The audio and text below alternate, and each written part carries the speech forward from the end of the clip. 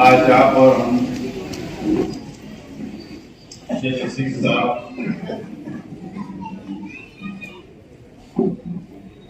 की एक एक बातों को आप लोगों ने हम लोगों ने याद किया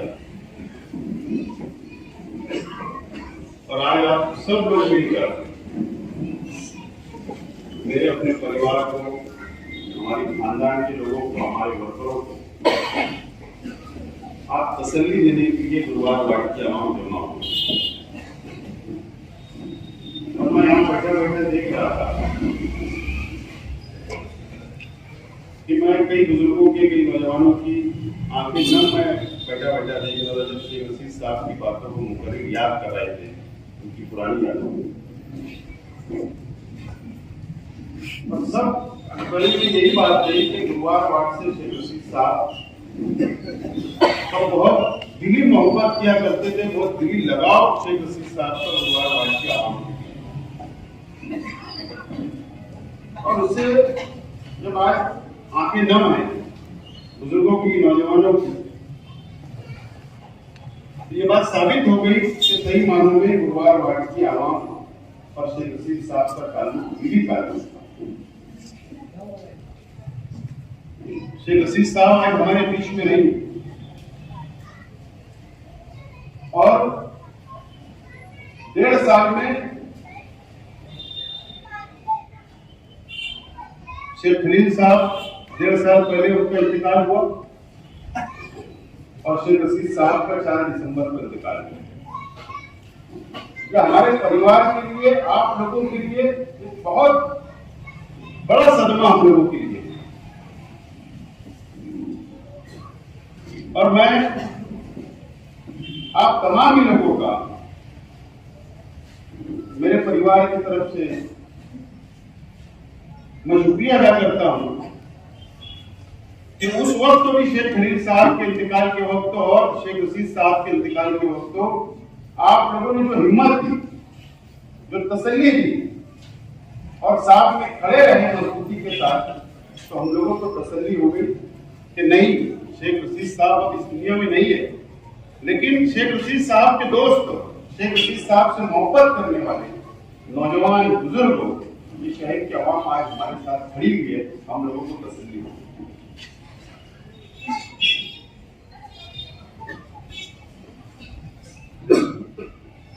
4 महीना पहले अगस्त के शुरुआत में शेख रशीद साहब को पहला अटैक आया और जसलोक हॉस्पिटल में से शेख रशीद साहब 10 तारीख को डिस्चार्ज हुए। और शेख रशीद साहब जब घर आए तो उन्होंने दूसरे दिन आवाम से मिलने की शुरुआत की 11 अगस्त को आवाम से मिलने लगे घर के उनको कॉलोनी में, घर के ऊपर। मुझको कई साथी शेख रशीद साहब के इंतकाल के बाद उससे मिले और उन्होंने बहुत अजीब व गरीब बात, उन्होंने कहा कि किसी का शेख रशीद साहब अगर 20 साल पुराना अगर शेख रशीद साहब ने कर्ज लिया था 10,000 रुपया,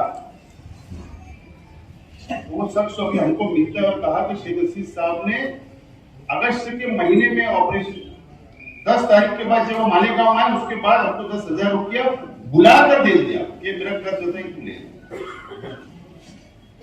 एक मंसूरी है जो आगरा रोड के ऊपर है, शेख रशीद साहब को उनका दोस्ताना था, तो कई वर्षों पहले शेख रशीद साहब ने 7,000 रुपया उनसे लिया था कर्ज। तो शेख रशीद साहब ने उनको बुलाकर 7,000 रुपया ये मेरा कर्ज था। किसी अगारे को शेख रशीद साहब ने उस वक्त सिलाई मशीन दिलाई, सिलाई मशीन का पैसा बाकी था, उसको ढूंढ कर शेख रशीद साहब ने कहा कि तेरा कर्ज बोलने का मतलब आज वो बातें हम लोगों को याद आ रही है कि शेख रशीद साहब ने दुनिया से जाने के लिए तैयारी शुरू कर दी, दुनिया से जाने के लिए तैयारी शुरू कर दी।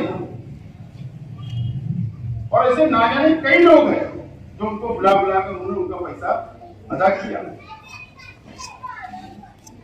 और हॉस्पिटल के अंदर उनकी कुछ जो बातें हैं आज हमको जब याद हम लोग करते हैं तो हमको आज समझ में आता है कि ये ऐसी बातें क्यों कर रहे हैं। मैंने तमिलनाडु से मैं इंदर लिखा कि हमारे वो शादी थी 25 तारीख को, लेकिन जब वो तारीख बढ़ाने की बात आई शेख रशीद साहब ने कहा कि आप लोग शादी कर लेना, मैं शादी में नहीं रहूंगा। उन्होंने ये नहीं कहा कि मैं शादी में नहीं आऊंगा, उन्होंने कहा मैं शादी में नहीं रहूंगा, तुम लोग शादी कर लेना। ये बातें आज हमको याद है। हॉस्पिटल के अंदर आईसीयू में हम तो पूरा परिवार वहां रहा करता था, खाली बैठी है, इमरान है, ये लोग तो 24 घंटे शेख रशीद साहब के साथ रहे वहां। हम लोग तो आना जाना चला। शेख रशीद साहब उस हॉस्पिटल के अंदर भी मुझको जुमा के दिन बुलाकर बोल दिया करते थे, 2-3 टाइम मेरे साथ हुआ कि मुझको बुलाया उन्होंने, कहा कि देख कल शनिचर है, परसों इतवार है, शहर में बहुत शादियां होंगी, तू जा वहां पे शादियां अटेंड कर। वाला भला अपने वर्करों के पास शादियां उसकी बेटी की उसके बेटे की है, तू जा तो शादी अटेंड करके आ। वो इतने बीमार होने के बाद भी हमारा दिल नहीं होता था कि उनको छोड़ के हम लोग मालेगांव आ गए, लेकिन उसके बाद भी वो बोलते थे जा और वहां पे शादी शहर की आवाज करते थे। हमको तसल्ली दिया करते थे, खाली ड्राइवर को, इमरान को, सब लोगों को तसल्ली क्या दिया करते थे कि तुम लोग बैग वैग तैयार रखना, इन्हें तसल्ली हमको दिया करते थे। इन्हें वो ये बताने की कोशिश नहीं करते थे कि मैं बहुत बीमार हूं, मैं बहुत तकलीफ में हूं। बोलते थे कि मैं अच्छा हो जाऊंगा, केरला घूमने चले गया, सब लोग जाएंगे चाय गाड़ी देकर। लेकिन ये बातें वो किया करते थे, हमको तसल्ली दिया करते थे। इंतकाल के उसी दिन 5 बजे शाम में मेरी बुआ, मेरी फूफू उनके पास गई, वो उनको तसल्ली दे रहे थे, काय की देर हो रही है, मैं वापस खड़ा हो जाऊंगा, वापस तुम्हारे बीच में आऊंगा, आप रो मत, फिक्र मत कर। इस तरीके की तसल्ली 5 बजे दे गए, आप लोग फिक्र मत करो, मैं खड़ा हो जाऊंगा। लेकिन इतनी तकलीफ भी थी उनको, लेकिन वो शहर के आवाम की, परिवार की, दोस्तों की फिक्र किया करते थे। लेकिन वो उनको ही पता था, वो तैयारी कर रहे थे। हमको आज उनकी बातें याद आ रही। यहाँ पर गुरुवार की आवाम, शहर की आवाम, मैं सोच रहा था शेख रशीद साहब की सियासी जिंदगी, और मैंने पूरा सीक्वेंस लगाया कि पहले काउंसिलर कब बने 84-85 में, उस वक्त तो उनका मुकाबला बहुत सख्त था। वन साइड कभी इलेक्शन शेख रशीद साहब ने नहीं लड़ा, बहुत सख्त मुकाबला था और जीते। हिम्मत थी उनके अंदर, हौसला था। उसके बाद दूसरी मर्तबा भी इलेक्शन हुआ तो मुकाबला बहुत सख्त था, उसके बाद वो जीते। उनके अंदर हिम्मत थी, हौसला था, गरीबों का साथ था, लेकर चलने की सलाहियत थी। सदर बल्दिया बनने के वक्त में भी बहुत लड़ाई लड़ी, बहुत सख्त था। उसके बाद भी रशीद साहब ने वो जंग जीता। 1999 के अंदर जब पहली मर्तबा एमएलए बने तो वो भी मुकाबला बहुत सख्त था।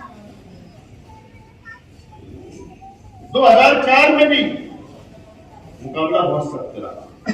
उनका पूरी जिंदगी के अंदर जो सियासी करियर अगर आप देखेंगे तो कभी भी ना उन्होंने कमजोर के सामने लड़ा और जीत गया, ऐसा नहीं रहा। हमेशा मुकाबला किया, मुकाबले वालों के सामने मुकाबला किया और लड़कर वो अपनी सियासी जिंदगी। लेकिन उनके अंदर जो हौसला था वो सिर्फ और सिर्फ आप लोग के, ये शहर का गरीब था, इस शहर का मजदूर था, जो उनके साथ हौसला दिया करता था। और उनके अंदर जो हौसला था और जो कमेंडेंट कर देते थे, जो वादा कर लेते थे, जो बोल देते थे, उसके ऊपर वो चल पड़ते थे। फिर वो पीछे अंजाम क्या होगा कभी वो देखेगा।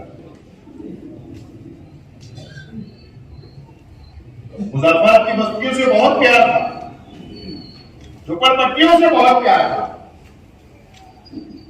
आखिरी तक 40 साल सियासी जिंदगी के अंदर उन्होंने कभी भी कंप्रोमाइज नहीं किया। आज मैं भी छोटा हूं, लेकिन मुझसे जो छोटे हैं, जो नौजवान हैं, 20 साल की उम्र के, 15 साल की उम्र के, उनको तारीख बताना पड़ेगा।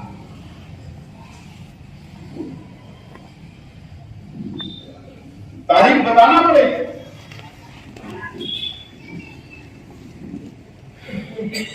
शेख रशीद साहब ने कभी भी सियासत के अंदर कॉम्प्रोमाइज नहीं किया। बुजुर्ग यहां बैठे, उनके काम में अगर गिनाऊं मेरे बेटे की हैसियत से, तो ठीक बात नहीं है। लेकिन अगर आप लोग अगर उसके अंदर डीप में चले जाए, माजी में चले जाए, तो मुजफ्फराबाद की बस्तियों का क्या हाल था। शेख रशीद साहब तक शहरी सियासत में नहीं थे, उसके ऊपर देखो।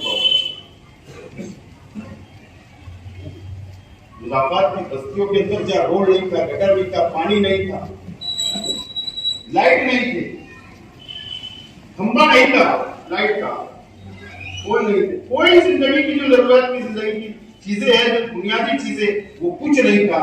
लेकिन शेख रशीद साहब ने लड़कर और मोदी के ऊपर रहते हुए इक्तिदार के जरिए आप लोगों का साथ रहा। उन्होंने पूरी मुजफ्फराबाद की बस्तियों के अंदर आज सीमेंट कंक्रीट रोड नजर आते, ढोलक नजर आता, पानी नजर आता, पानी की टंकियां नजर आती। ये शेख रशीद साहब की देर की शरीफ है।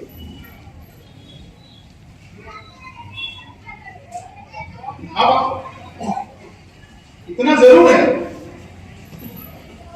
कि शेख रशीद साहब जिस तरीके से उनका स्टाइल था, उनका कामकाज का तरीका था, या आप लोगों को लेकर चलने का तरीका था, वैसा तो हम वहां तक नहीं पहुंच सकते। अल्लाह ताला की तरफ से उसको सलाहियत। लेकिन जरूर मैं इस बात का वादा करता हूं, मेरा परिवार वादा करता है कि शेख रशीद साहब के नक्श कदम पर जैसा हम लोग चलने की कोशिश करेंगे, जिस तरीके से शेख रशीद साहब गरीबों को लेकर चलते थे, आपके सुख दुख में शामिल होते थे, आपको अपने करीब बुलाया करते थे, आपसे हाल चाल पूछा करते थे, आपके मसले मसाइल हल किया करते थे। इंशाअल्लाह लोग कोशिश करेंगे कि वहां तक पहुंचने की और आप लोगों को साथ लेकर चलिए। शेख रशीद साहब के जैसा हौसला हमारा नहीं है, लेकिन अगर आप लोग साथ खड़े रहे, परिवार के साथ, मजबूती के साथ, तो इंशाअल्लाह वो हौसला भी हम लोग पैदा करने की कोशिश करेंगे। आप लोगों का साथ रहा, आप लोगों का साथ रहे तो जरूर हम लोग इंशाअल्लाह कोशिश करेंगे। शेख रशीद साहब को मैं हमेशा बोला करता था, घर वाले बोला करते थे कि उम्रा करने चले जाओ। शेख रशीद साहब बोला करते थे, मैं जाऊंगा तो हज पे जाऊंगा, शायद हैसियत हूं, फर्ज हज है और मैं हज पे जाऊंगा। मैं यकीन जानता हूं शेख रशीद साहब जब हॉस्पिटल से आए तो उन्होंने नियत की कि पासपोर्ट बनाओ और अब आने वाले साल में मैं हज के ऊपर जाऊंगा। नियत कर चुके थे। बहुत सारी यादें हमारे साथ हुई थी, बहुत सारी यादें। याद के सारे बुनियादों के सारे इंशाअल्लाह हम लोग कोशिश करेंगे शेख रशीद साहब को याद करते हुए हम लोग आगे बढ़ेंगे। लेकिन मैं वादा करता हूं आप लोगों से